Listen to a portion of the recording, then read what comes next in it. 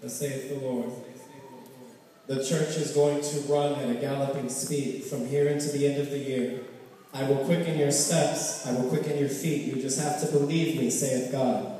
Your way of life is not the way it used to be. Your way will change. It will become my ways. It will become what I've called you to do. You will be the pillars of light and hope to all the earth. You will not be the recipients any longer, saith God. You will be the givers. You will be the people to pour out your signs, to pour out miracles upon all the earth. You will touch my children and they will change. You will be the catalyst that I've sent and propelled into all the nations. I will make you an evangelist. I will make you a powerful rod that I could use to sunder every ocean, to split every trough of water that stops people. There's a wicked waters that you will boil away with the fire of God. And God will clear the air and bind everything in the atmosphere at your prayer, saith God.